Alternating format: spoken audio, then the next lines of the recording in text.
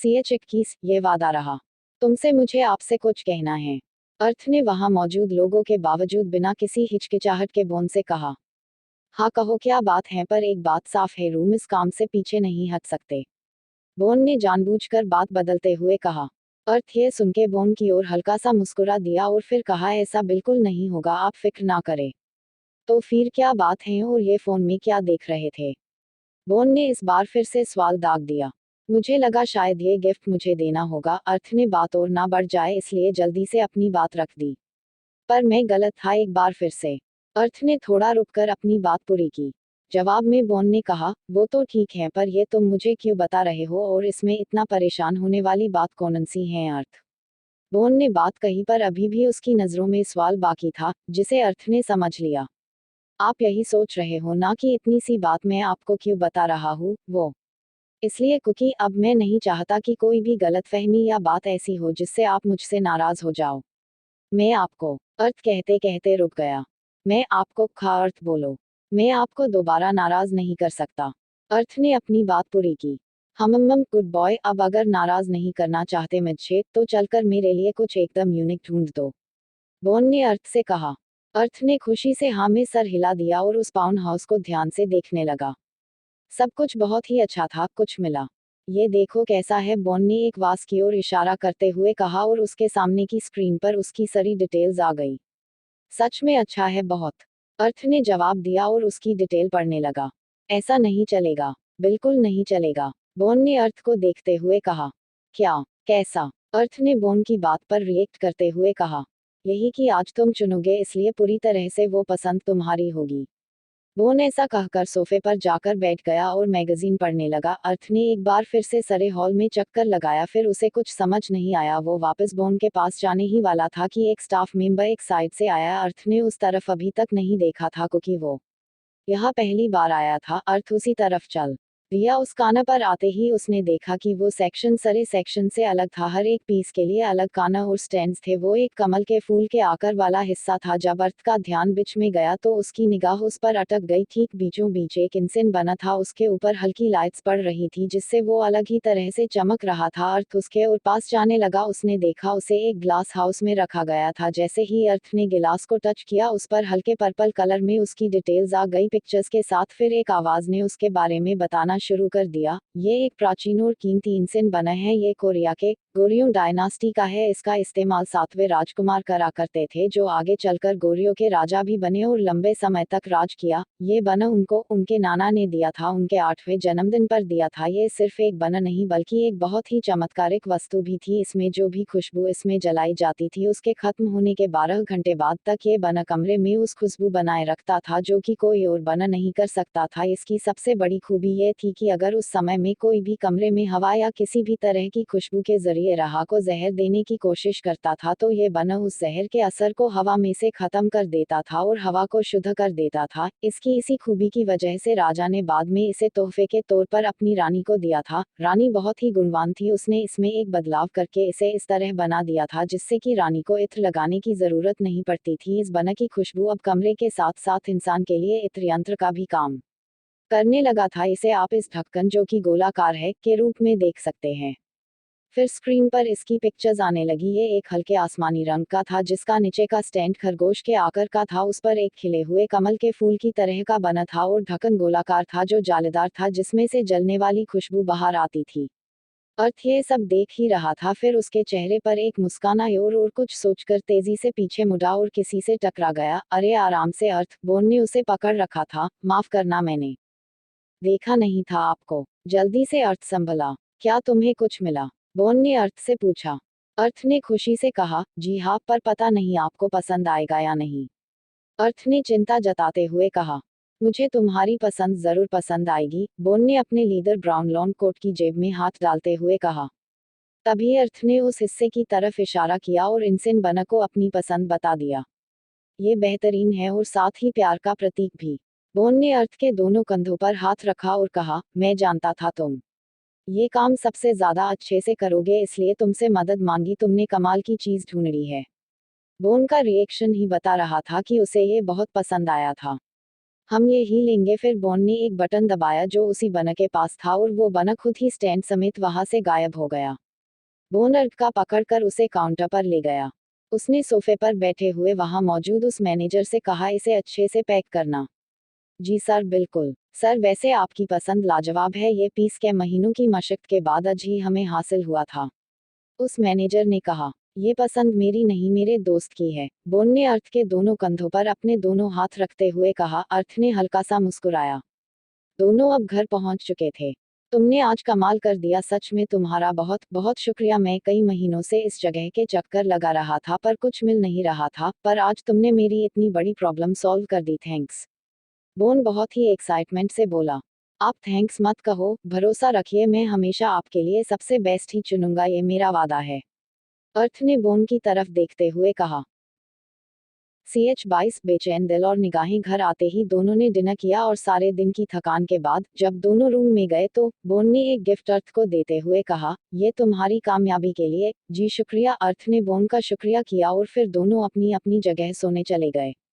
Papa mummy, नहीं नहीं please नहीं। ऐसी ही कुछ आवाजों को सुनकर बोन की नींद खुल गई। उसने उठकर देखा तो टाइम 3 बज रहा था।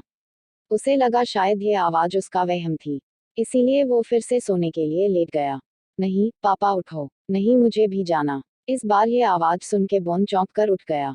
अब उसे पता चल गया था कि ये आवाज अर्थ की है। बोन ने नाइट लाइट चालू की और वो भागकर अर्थ के पास चला गया।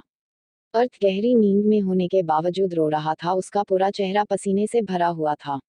वो अभी भी पापा पापा कह रहा था। बोन ने उसे आवाज दी और उसे उठाने की कोशिश की। अर्थ अर्थ क्या हुआ तुम्हें, उठो। बोन अर्थ के सिरहाने के पास बैठा और उसका सर अपनी गोद में रख लिया। उसके हाथ को उसने अपने हाथ में लिया और सहलाने लगा। अर्थ उठो, क्या हुआ अर्थ। तभी अर्थ की हल्की सी नींद खुली तो उसने खुद को बोन के पास पाया और वो तभी उठ बैठा। क्या हुआ था तुम्हें, तुम रो रहे थे। बोन ने अर्थ के माथे के पसीने को एक टिश्यू से साफ करते हुए पूछा। अर्थ को कुछ समझ नहीं आ रहा था। ये लो पानी पियो। बोन ने एक पानी का गिलास अर्थ की तरफ बढ़ाते हुए कहा। अर्थ ने पानी लिया और एक ही सांस में उसे पी लिया। आराम से। क्या तुमने कोई बुरा सपना देखा, बोन ने पानी का गिलास टेबल पर रखते हुए पूछा। हाँ, वो एक बुरा सपना ही तो है। अर्थ ने सामने वाली दीवार की ओर टकटकी लगाकर देखते हुए कहा। फिर एकदम से ध्यान हटाते हुए बोला, मैं ठीक हूँ, आप सो सकते हैं और मेरी वजह से आपकी नींद खराब हुई उसके लिए माफ करना। नहीं, पहले तुम सो जाओ और इस पर कोई बहस नहीं होगी। ऐसा कहते हुए बोन बेड के एक काना पर बैठ गया और बुक पढ़ने लगा। कुछ ही देर बाद अर्थ फिर से गहरी नींद में सो गया। बोन ने तसल्ली की और खुद भी सोने चला गया, पर अब भी उसके जहन में अर्थ के वो शब्द घूम रहे थे। लेटने के कुछ देर बाद ही बोन भी सो गया। रोजाना की तरह दोनों कॉलेज के लिए निकले और अपनी अपनी फैकल्टी की तरफ चल दिए। इस तरह से 2 हफ्ते बीत चुके थे। इन 2 हफ्तों में कोई हलचल नहीं हुई थी क्योंकि फाइटर एक मॉडलिंग के शूट पर था और उसके दोस्त भी उसके साथ थे, लेकिन उसके चाहने वाले अर्थ को परेशान करने में कोई कसर नहीं छोड़ते थे और इन सबको लीड पॉल करता था। इसके साथ ही वो कॉलेज की हर खबर रोजाना उन सब तक भी पहुंचता था। 3 हफ्ते बीत चुके थे। अब अर्थ ने अपना कमरा भी ले लिया था और उसकी कॉफी शॉप की जॉब भी उसे वापस मिल गई थी। सब कुछ ठीक चल रहा था, पर हर रोज अर्थ 3 फ्लोर के कई चक्कर लगाता था इस उम्मीद से कि बोन से उसकी मुलाकात हो जाए, पर बोन आने वाले म्यूजिक कॉन्सर्ट के लिए रिहर्सल के लिए जाता था। अर्थ को बोन से मिले हुए पूरे 10 दिन बीत चुके थे। अर्थ, तुम रोज यहाँ आते हो किस लिए।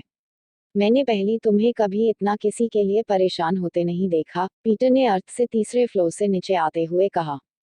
नहीं, मैं तो बस उसको थैंक्स कहना चाहता हूँ और कुछ नहीं, अर्थ ने पीटर की बात को नकारते हुए कहा। तभी भगते हुए थियो और तोर उन दोनों के पास आए। हौंकते हुए थियो बोला, 2 न्यूज़ है, एक अच्छी और एक बुरी, पहले कौन सी सुनना चाहोगे।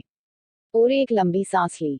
एक काम करो, बुरी ही सुना दो, वैसे भी हम लेक्चर ले लेकर मर ही जाने वाले हैं, पीटर ने मुंह बनाते हुए कहा। तुम्हें पता है कल फाइटर और उसका ग्रुप आ रहा है वापस, और तो और सुना है वो हमारे फ्लो के म्यूजिक हॉल में अगले 3 महीने तक प्रैक्टिस करने वाले हैं। तोर ने बिना रुके घुटने पर दोनों हाथ रखे रखे ही एक सांस में सारी बात कह डाली। हाँ अर्थ, अब तुम्हें बहुत सावधान रहना होगा, वो तुम्हें परेशान करने का कोई मौका नहीं छोड़ेंगे, नथियो ने आगे कहा।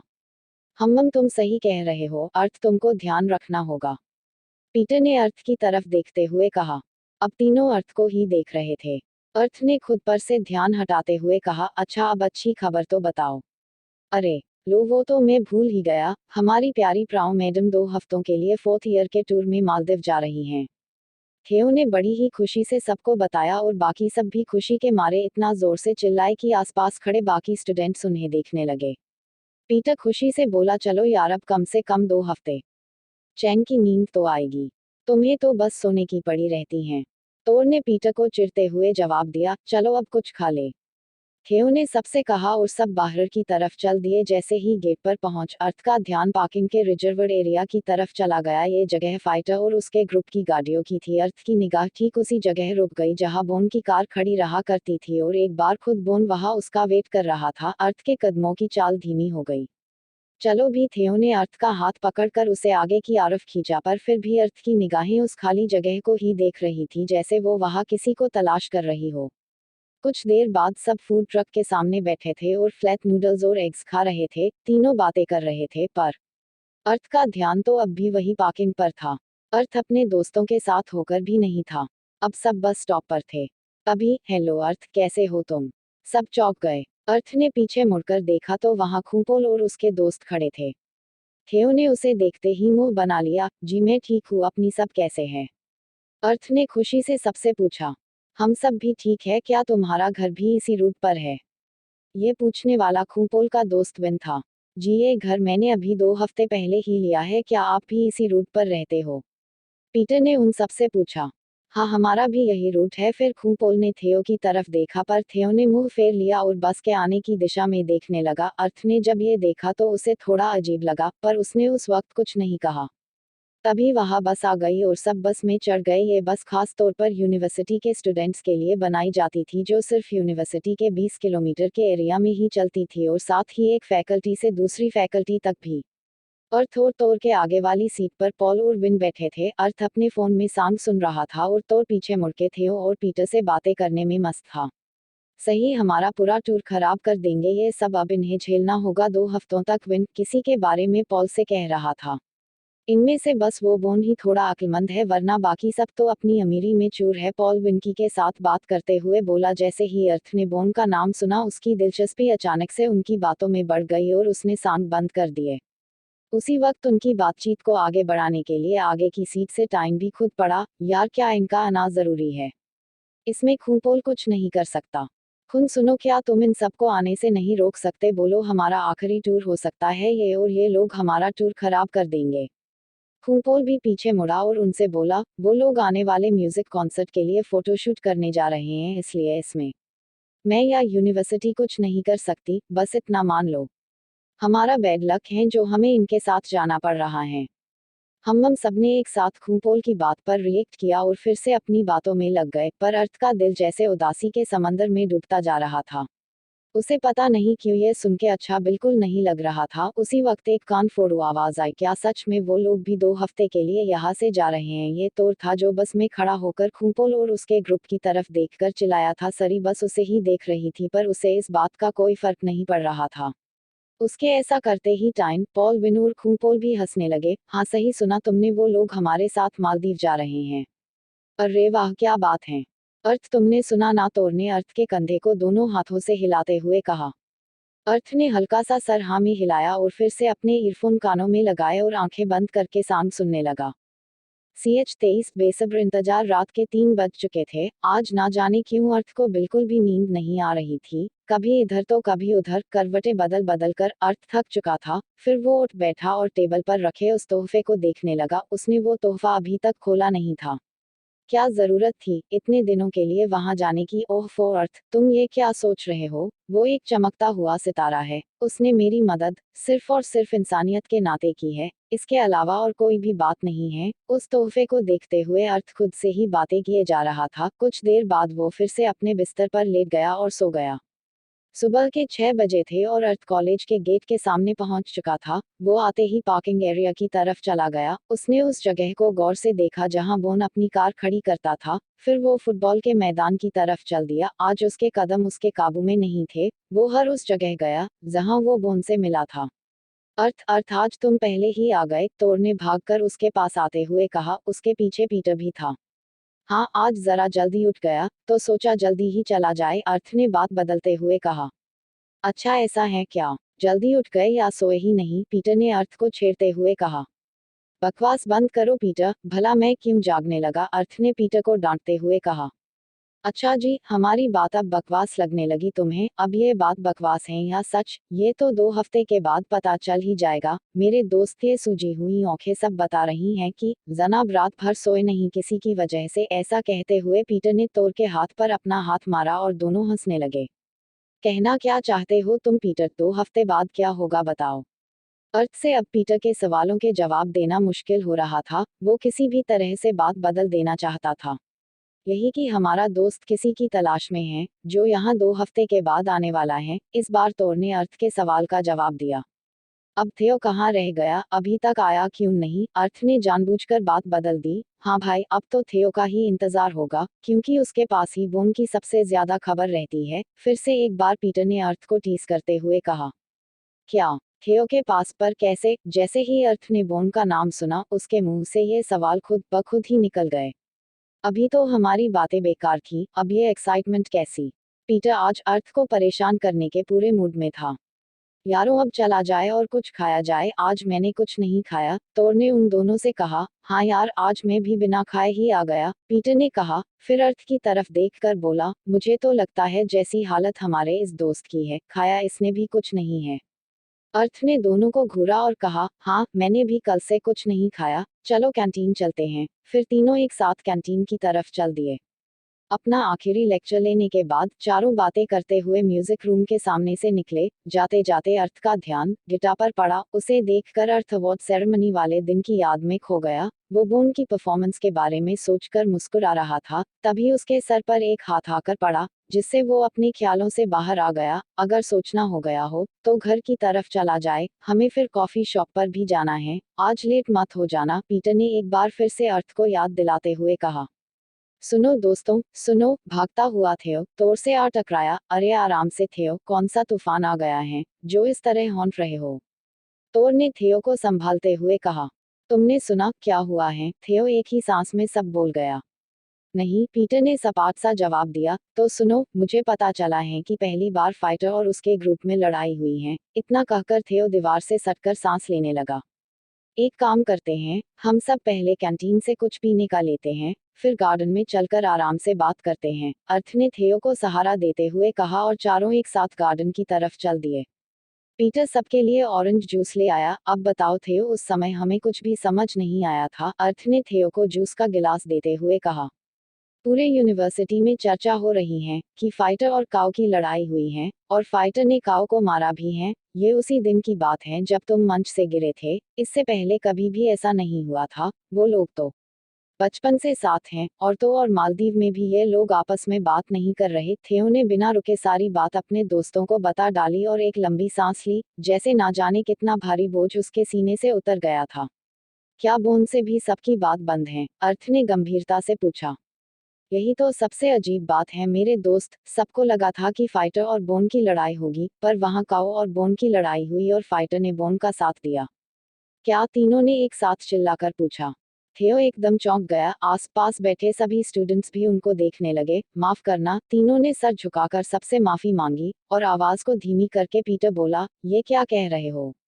ऐसा क्या हुआ था कि फाइटर और उसके सभी साथियों की आपस में पहली बार लड़ाई हुई, और अपने ही दोस्तों के खिलाफ जाने के बावजूद भी फाइटर ने बोन का साथ दिया था? क्या अर्थ बोन के वापस आने पर अपनी फीलिंग्स बोन को बता पाएगा? क्या बोन उसे अपनाएगा? कहानी आगे क्या रुख लेगी, जानने के लिए आने वाले चैप्टर्स जरूर। CH24 थियो का मजाक क्या कह रहे हो थियो, ये कैसे हो सकता है? पीटर ने हैरानी से मुंह फाड़कर पूछते हुए कहा। यही हुआ है, काओ की एक आंखें सूजी हुई हैं, और ये वहां जाकर नहीं सूजी, ये उसी शाम से थी जब से अर्थ बेहोश हुआ था। वहां सब आने वाले म्यूजिक कॉन्सर्ट के लिए शूट करने गए हैं, पर आपस में ऐसी लड़ाई शायद न्यूज बन सकती है। थियो ने सारी बात उन तीनों को बताई और सब टेबल के बीचों बीच आकर सारी बात सुन रहे थे। ये सुनते सुनते अर्थ किसी गहरी सोच में डूब गया। इसे क्या हुआ? थियो ने अर्थ की तरफ देखकर कहा। शायद तुम्हें अभी तक अपने दोस्त के दिल का हाल मालूम नहीं, तोर ने हंसते हुए कहा। क्या क्या कहा तुमने? दिल का हाल, मतलब जनाब किसी की कैद के कैदी बन गए हैं। कौन बदनसीब हैं वो, जो हमारे दोस्त के साथ बोर होने को तैयार हैं। थियो ने अर्थ को छेड़ते हुए कहा और तीनों हंसने लगे, पर अर्थ का ध्यान और उसकी सोच तो किसी और ही समंदर में गोते लगा रहे थे। तभी अर्थ ने किसी के मुंह से बोन और फाइटर का नाम सुना। ये आवाज पास ही के टेबल से आ रही थी।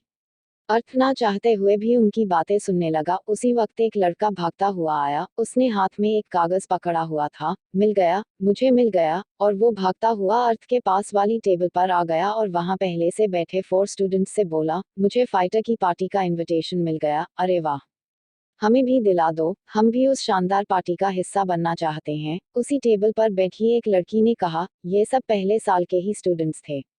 जैसे ही इन सब ने फाइटर का नाम लिया, सबका ध्यान उनकी बातों पर चला गया। थे उसे तो रहा ही नहीं गया और वो उनके पास पहुंच गया और बोला, मैं तुम्हारा सीनियर हूँ। तुमने किस बात के लिए इस पूरे कॉलेज को सर पर उठा रखा है, बताओ मुझे। जैसे ही थियो ने सीनियर होने की बात कही, वो सब के सब थोड़ा डर गए और वो खड़ा हुआ लड़का बोला, सीनियर, ये फाइटर और उनके दोस्तों की पार्टी का इनविटेशन है। अगर आप चाहें तो मैं आपको बता सकता हूँ कि ये आपको कहाँ से मिलेगा। उस लड़के की आंखों में एक्साइटमेंट साफ दिख रही थी। अच्छा, तुम इतनी जानकारी रखते हो, तुम ध्यान दो कि तुम यहाँ किस लिए आते हो। पर देखा जाए तो पार्टी में जाना कोई बुरी बात नहीं है। थियो किसी बड़े की तरह बात कर रहा था, जिसे देखकर अर्थ, पीटर और तोर हंसते हंसते लोटपोट हो रहे थे। थियो की बात सुनकर पहले तो सब थोड़ा निराश हो गए थे, पर जैसे ही उन सब ने पार्टी की बात सुनी, वो खुश हो गए। और वो लड़का बोला, सीनियर, क्या मैं आपके लिए इनविटेशन लेकर आऊं? उस लड़के ने खुशी से कहा, नहीं, तुम सब अच्छे जूनियर्स हो, इसलिए मैं खुद ही ले लूंगा। वैसे इनविटेशंस हमारे ही डिपार्टमेंट में मिल रहे हैं, है ना? थियो ने बड़ी ही चालाकी से पता पूछते हुए कहा, नहीं सीनियर, वो मेडिकल डिपार्टमेंट के पीछे की तरफ कंप्यूटर रूम में एक लड़का है, हेटी नाम का, वही दे सकता है। बस उस लड़के ने एक ही सांस में सब कुछ उगल डाला। ठीक है, फिर मैं चलता हूँ और तुम लोग एंजॉय करो। गुड लक, थियो ने वहां से जाते हुए कहा, फिर तीनों को भी वहां से चलने का इशारा किया। ऑक senior, have a good day, उन सब जूनियर्स ने एक साथ कहा। एक latte please with low sugar, साथ में एक चोको लावा कप केक, एक ग्राहक ने कॉफी का ऑर्डर देते हुए कहा। जब उसने देखा अर्थ कहीं खोया हुआ है, उसने एक बार फिर से कहा, हेलो एक्सक्यूज मी, क्या आप मेरा ऑर्डर लेंगे? हेलो, वो लड़की गौर से अर्थ को देखते हुए बोली। यस मैम, आप अपना ऑर्डर बताइए प्लीज। पीटर ने अर्थ को हल्का सा धक्का देते हुए बात को संभाला। ऑर्डर लेने के बाद पीटर अर्थ को काउंटर से दूर ले जाते हुए गुस्से से बोला, अर्थ क्या कर रहे हो तुम? तुम्हें पता है ना, हम यहाँ गलती नहीं कर सकते वरना हम निकाल दिए जाएंगे। शुक्र मनाओ कि उस लड़की ने कुछ नहीं कहा। कहाँ खोए हुए हो तुम? काम पर ध्यान दो, चलो आप। दोनों को बात करते हुए वो लड़की बड़े ही गौर से देख रही थी। वो पहली बार इस कॉफी शॉप में आई थी। उसकी पर्सनालिटी से वो कोई हीरोइन लग रही थी। उसने ब्लैक मिनी स्कर्ट के साथ लेपर्ड प्रिंट का टॉप पहना था, जो उस पर गजब का लग रहा था। काले लंबे बाल उसकी खूबसूरती में चार चांद लगा रहे थे। इसके साथ उसने 9 इंचेस की टॉप से मिलती डार्क ब्राउन हाई हील्स पहनी थी। जो भी उसे एक बार देखता देखता ही रह जाता। वो किसी अप्सरा से कम नहीं लग रही थी।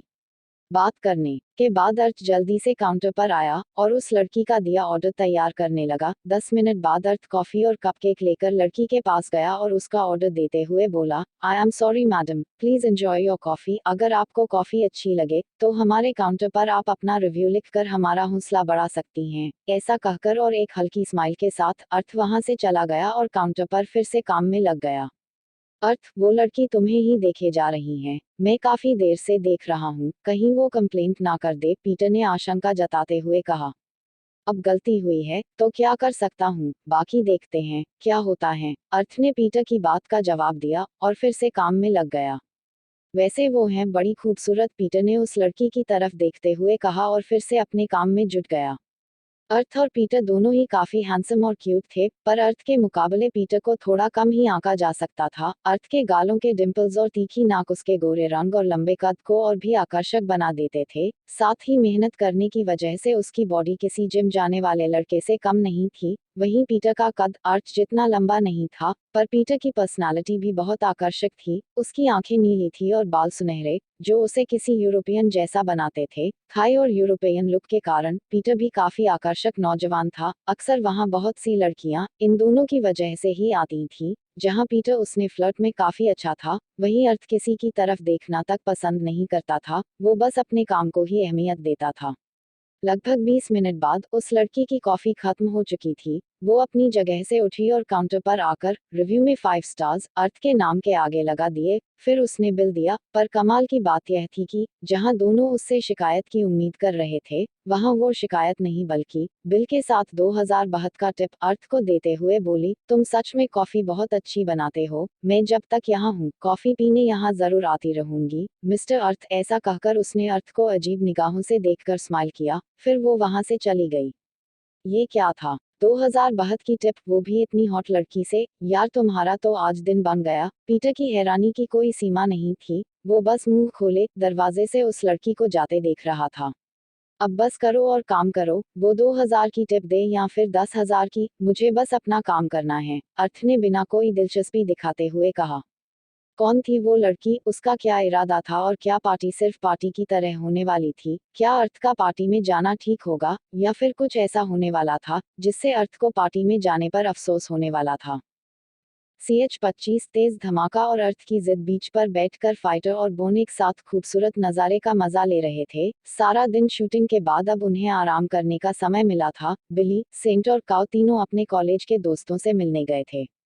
तुम इस बार मेरे इतना ज्यादा खिलाफ क्यों गए, इसकी क्या वजह है बोन? मैंने तुम्हें कभी इतना बदला हुआ नहीं देखा था, ऐसा क्या खास है उस लड़के में? फाइटर, जो ना जाने कब से इन सवालों को मन में दबाए बैठा था, आज उसने बोन पर दाग दिए थे। जान जाओगे जल्दी ही, और वो लड़का सच में खास है या नहीं, ये भी जल्दी ही पता चल जाएगा तुम्हें। जवाब का ऐसा रुखा अंदाज फाइटर ने नहीं सोचा था। अरे यार, एक तो इसका ये मिस्टीरियस अंदाज, कभी सीधी बात करता ही नहीं है, फाइटर ने चिढ़ते हुए कहा। बोन जवाब देने की जगह मुस्कुराकर वहां से चला गया। अब कोई तो इसको अक्ल दो यार। बोन, तुम एकदम बेकार किस्म के दोस्त हो, पता नहीं मैंने इसे दोस्त बनाया ही क्यों। ऐसा कहकर पैर पटकता हुआ फाइटर अपने कमरे में चला गया। लो आ गई तुम्हारी चाहने वाली, पीटर ने उसी मॉडल जैसी दिखने वाली लड़की को अंदर आता देखकर कहा। अर्थ ने सुना तक नहीं था, वो तो अपने काम में खोया हुआ था। ओह मेरे दोस्त, तुम हो ही इतने क्यूट की लड़कियां खुद ही तुम्हारी तरफ खिंची चली आती हैं। पीटर ने अर्थ के कंधे पर अपनी कोहनी रखते हुए कहा और हंसने लगा। अर्थ ने कुछ नहीं कहा। जी मैडम, क्या ऑर्डर करेगी, अर्थ ने उसी लड़की से कहा। वैसे तो आपसे बेहतर कुछ नहीं, पर मैं इस बार आपकी स्पेशल कॉफी क्रीम और साथ में एक स्ट्रॉबेरी पेस्ट्री लेना चाहूंगी। इसके बाद मुझे आपसे कुछ बात भी करनी है। मेरे फार्म हाउस पर 3 महीने के बाद एक ग्रैंड पार्टी है, उस पार्टी में मैं आपके यहाँ की कॉफी और स्नैक्स इंट्रोड्यूस करना चाहती हूँ। इसी के बारे में आपसे बात करनी है, उस लड़की ने एकटक अर्थ को घूरते हुए कहा। जी मैडम, आपको यहाँ सबसे बेहतरीन कॉफी और स्नैक्स मिलेंगे, पास ही खड़े पीटर ने खुशी और चापलूसी भरे अंदाज में उस लड़की से कहा। पीटर के बोलते ही उस लड़की के चेहरे के भाव सख्त हो गए और वो बिना अर्थ से नजर हटाए बोली, पर मेरी एक शर्त है। अरे मैडम, आपकी हर शर्त मंजूर है हमें, भला आप जैसी खूबसूरत अप्सरा की बात ना मानकर हमें गुनहगार थोड़े बनना है। पीटर ने अब उस लड़की को सीधे सीधे इरिटेट कर दिया था। ऑर्डर से जुड़ी सारी बात मैं सिर्फ और सिर्फ अर्थ से करूंगी, बाकी किसी और से बिल्कुल नहीं। और हाँ, एक बात और, जिसका खास ख्याल रहे, पार्टी में सारा ऑर्डर अर्थ ही डिलीवर करेगा, यही मेरी शर्त है। उस बला की खूबसूरत लड़की ने बड़े ही सख्त लहजे में पीटर और उस कॉफी शॉप के मालिक से कहा। आप बिल्कुल भी फिक्र ना करें, अर्थ ही आपके सारे ऑर्डर हैंडल करेगा, उस कॉफी शॉप के मालिक ने अपनी जगह से उठते हुए कहा। आपका ऑर्डर मैडम, अपना खाना एंजॉय करें, अर्थ ने उस लड़की को उसका ऑर्डर देते हुए कहा। रात के 10 बज चुके थे, दोनों दोस्त सुनसान सड़क पर चले जा रहे थे। अर्थ मुंह नीचे करके जमीन पर देखकर चल रहा था। उसे ऐसा करते देख पीटर, जो उसके ही बगल में चल रहा था, बोला, यार तुम्हारी किस्मत तो इस वक्त बुलंदी पर है। कितनी हॉट लड़की तुम पर फिदा है, और तुम हो कि उसकी तरफ देखते तक नहीं। क्या सच में तुम उससे बात नहीं करने वाले? पीटर ने अर्थ से किसी अच्छे जवाब की उम्मीद में कहा। मुझे उससे कोई बात नहीं करनी, तुम्हें करनी है तो करो, अर्थ ने पीटर को लगभग डांट लगाते हुए कहा।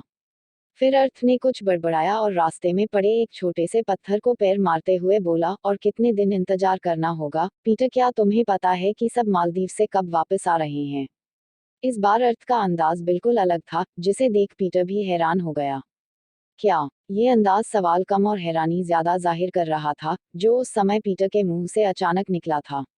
इसमें इतना हैरान क्यों हो रहे हो? कोई अनोखा सवाल तो नहीं पूछ लिया मैंने, अर्थ ने पीटर से कहा। नहीं पता, पर शायद थियो इसके बारे में कुछ बता पाए, पीटर ने एक आशंका जताते हुए अर्थ की तरफ शक भरी निगाह से देखते हुए कहा।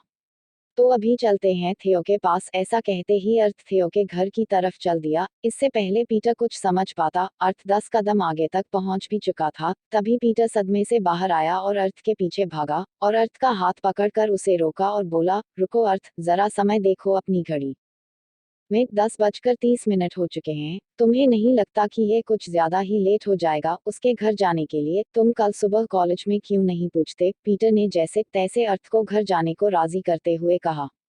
हाँ, ये तो मैंने सोचा ही नहीं, कल सुबह ही उससे बात करेंगे, अर्थ ने पीटर की बात पर गौर देते हुए कहा और दोनों अपने कमरे की तरफ चल दिए। रुको यार, इतना तेज क्यों भाग रहे हो? मेरे लिए तो रुक जाओ अर्थ। अर्थ कॉलेज जाते वक्त पीटर लगभग अर्थ के पीछे भाग रहा था और उसे धीरे चलने को कह रहा था। मुझे थियो से बात करनी है, याद है ना, इसलिए अब जल्दी चलो। अर्थ के निरंकुश दौड़ रहे पांव रुकने या धीमे होने का नाम नहीं ले रहे थे। पर थियो इतना जल्दी आता कब है, जो इतनी सुबह मुझे भूखे प्यासे दौड़ा रहे हो? पीटर ने रुककर घुटनों पर हाथ रखकर हौंकते हुए कहा। थोड़ा तेज चल लोगे तो मर नहीं जाओगे, और क्या पता आज थियो जल्दी आ जाए, अर्थ ने बिना रुके ही कहा। क्या तुमने उसे फोन किया था? पीटर ने फिर से चलना शुरू करते हुए कहा। हाँ किया था, उसने 6 बजे का समय दिया है, अर्थ ने फिर से जवाब दिया। ओह यार, इसे हो क्या गया है? आज से पहले तो कभी भी ये अर्थ ऐसा नहीं था, इसे क्यों इतनी जल्दी है? ऐसा भी क्या जरूरी काम, जो इस तरह से भाग रहा है? पागल तो ये पहले भी था, पर लगता है अब ये अपनी चरम सीमा पर है। हे ऊपर वाले, इस पागल को ज्यादा पागल मत कर, कम ही रहने दे, वरना ये साथ में हमें भी पागल कर देगा। पीटर ने खुद से सवाल और जवाब देते हुए उधेड़-बुन में ये सब सोचा, फिर आसमान की तरफ देखकर बोला, क्या ऊपर वाले, आजकल की लड़कियों को क्या हो गया है? इस जैसे पागल पर मर जाती हैं और मेरे जैसे कमाल के लड़के सिर्फ देखते रह जाते हैं। कुछ तो करो हम जैसे मासूम और हैंडसम लड़कों के लिए। पीटर आसमान की तरफ देखकर बड़बड़ा ही रहा था कि तभी आसमान से कुछ खास गिरने वाला है। जो बीएस भी मिस कर देना चाहते हो, जल्दी आओ, वरना मैं तुम्हें यहीं छोड़कर चला जाऊंगा, फिर शिकायत मत करना। ये अर्थ था जो बीएस में चढ़ते हुए पीटर को बुला रहा था।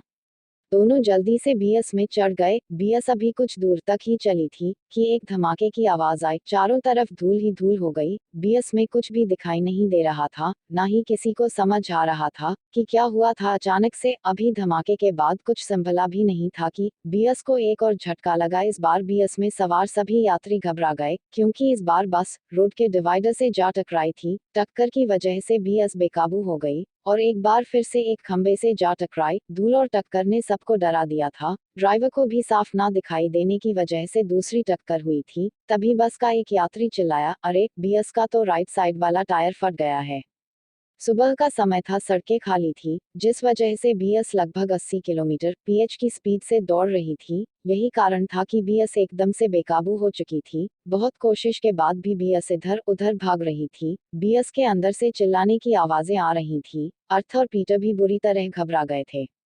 ड्राइवर ने समझदारी दिखाते हुए बीएस को शहर के बाहर बनी एक ऊंचाई वाली सड़क की ओर ले गया, जिससे बीएस की स्पीड में कमी आई। फिर बस ड्राइवर को एक जगह दिखाई दी जहां कंस्ट्रक्शन कामें चलने की वजह से मिट्टी के ढेर लगे थे। उसने पहले बड़ी हिम्मत करके सब बीएस यात्रियों से कहा, आप सब शांत हो जाएं और मेरी बात ध्यान से सुने। जैसा मैं कहता हूँ आप सब वैसा ही करें, इससे किसी को कोई भी नुकसान नहीं होगा। आप सब जहाँ बैठे हैं वहीं सीट बेल्ट लगा लीजिए, झटका लग सकता है, इसलिए पहले से तैयार रहें। बस सवार यात्रियों ने ठीक वैसा ही किया। मेरे 3 गिनते ही सब तैयार रहें, बस के ड्राइवर ने सबसे कहा। सब शांत और स्थिर थे। 1 2 3। एक तेज धप की आवाज और जबरदस्त झटके से बीएस वहां सड़क के किनारे पड़े मिट्टी के ढेर में जा घुसी। बीएस अब रुक चुकी थी, पर सबकी कमर में एक झटका जरूर आया था, लेकिन सब यात्री सही सलामत बाहर आ चुके थे। इसके बावजूद कुछ को हल्की चोटें आई थीं। अर्थ के हाथ में एक शीशा टूटकर धंस गया था। ड्राइवर को भी कई चोटें आई थीं। सभी यात्री ड्राइवर को धन्यवाद दे रहे थे।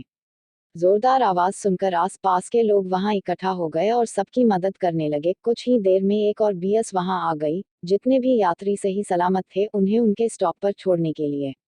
मुझे भी उसी बीएस में जाना है। जल्दी चलो पीटर। अर्थ को अपनी हालत का अंदाजा बिल्कुल भी नहीं था। तुम अभी कहीं नहीं जा सकते, पहले तुम्हारे हाथ और पैर पर पट्टी करनी बहुत जरूरी है, पास में खड़ी एक नर्स ने अर्थ से कहा।